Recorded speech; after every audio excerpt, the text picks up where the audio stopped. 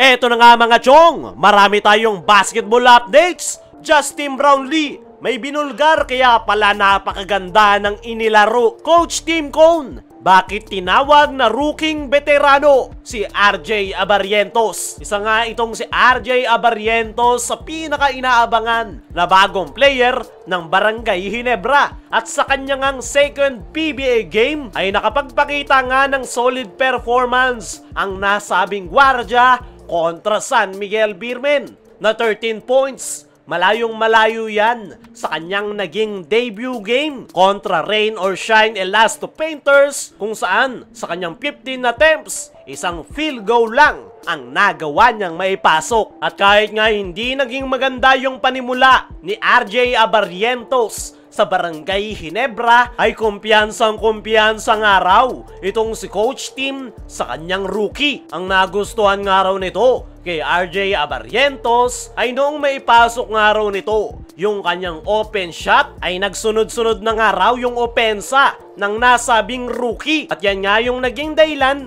kung bakit naging maganda yung opensa ng Barangay Ginebra, dahil sa magandang panimula nitong si RJ Abarrientos. Dagdag pa nga ni Coach Tim ay ipinakita raw ni RJ yung kanyang mindset. Isang araw itong rookie veterano dahil sa kanyang naging experience sa Korea at Japan B-League. Kaya naman, hindi na nga raw bata si RJ Abarrientos na kailangan pang ituro ang lahat. Ang Barangay Ginebra nga mga chong ay ang pang-apat na koponan nitong si RJ Abarrientos. Kaya naman, hindi daw talaga nabahala si Coach Tim sa pangit na performance ni RJ sa kanyang debut game. Dahil alam na nga raw ni Coach Tim kung ano yung caliber nitong si RJ Abarrientos, at willing na willing nga ang Barangay Ginebra na bigyan ng panahon itong si RJ Abarrientos na makapag-adjust. Ayon pa rin kay Coach Tim, ay hanggang sa ngayon ay inaaral pa rin daw ni RJ Abarrientos yung kanilang sistema.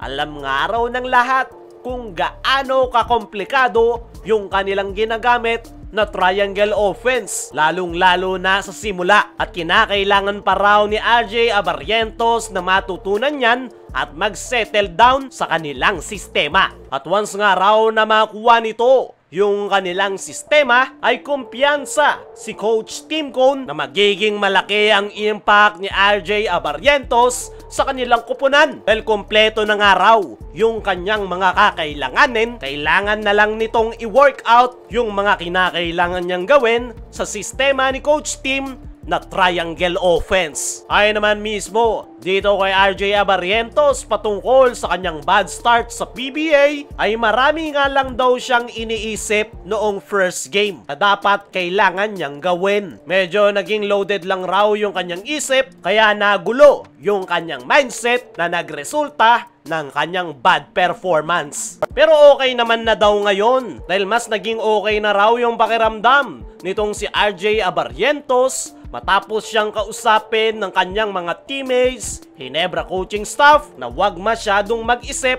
ng kung ano-ano. At ngayon na nakapagpakita na ng magandang performance itong si RJ Abarrientos, ay umaasa nga ito na may pagpapatuloy niya na yung kanyang magandang nasimulan sa Barangay Ginebra. Para sa akin mga chong, ay yung nakita nating performance nitong si RJ Abarrientos kontra San Miguel Beermen ay malayo pa talaga sa kanyang full potential. Gaya nga ng sabi ni Coach Tim, nag-a-adjust pa rin hanggang sa ngayon itong si RJ Abarrientos. At once nga raw na makuha na nito yung kanilang sistema na triangle offense, ay doon pa lang talaga natin makikita yung tunay na laro ng nasabing rookie. Kung si RJ Abarrientos ay rookie veterano ng Barangay Ginebra, ay meron namang binulgar itong si Justin Brownlee. Matapos ang naging monster performance nitong si Justin Brownlee kontra San Miguel Beermen, kung saan niya naitala ang kanyang panibagong career high na 51 big points, ay natanong nga itong si JB kung ano yung kanyang naging sikreto sa kanyang monster performance. Ay nga mismo kay Justin Brownlee ay napakalaki raw ng naitulong ng Indonesia Basketball League para manatili ang kanyang game shape at rhythm sa paglalaro. Kung matatandaan nyo mga chong, natulungan ni Brownlee ang Pelita Jaya na makuha ang kanilang kampyonato. Kaya naman, wala nga raw naging problema itong si Justin Brownlee patungkol sa kanyang laro dahil kondisyon na kondisyon nga raw yung kanyang katawan. At yung dahilan nga raw kung bakit siya naglaro sa Indonesia Basketball League ay para manatiling game shape ang kanyang katawan at bilang preparation sa kanyang pagbabalik sa Barangay Ginebra. At mukhang naaayon nga ang lahat ng pinaplano ni Justin Brownlee dahil talagang handa yung kanyang katawan sa kanyang pagbabalik sa Barangay Ginebra kung saan naitala niya yung kanyang panibagong career high. Sa ngayon ay masayang araw itong si Justin Brownlee na nakuha nila ang panalo. At yan nga raw yung pinaka-importante sa lahat. Binigyang credits rin nito yung kanyang mga teammates na nag-set up ng mga plays kaya siya nakapuntos ng malaki. Malaki nga raw yung tiwala ng mga ito sa kanya kaya kinailangan niya raw maging aggressive at i-pay off yung tiwalang binigay sa kanya ng kanyang mga teammates at Ginebra coaching staff. Para kay Justin Brownlee ay hindi nga raw importante sa kanya yung kanyang panibagong career high dahil yung pinaka-goal niya daw talaga ngayon ay tulungang muli ang Barangay Ginebra na makakuwang muli ng kampyonato.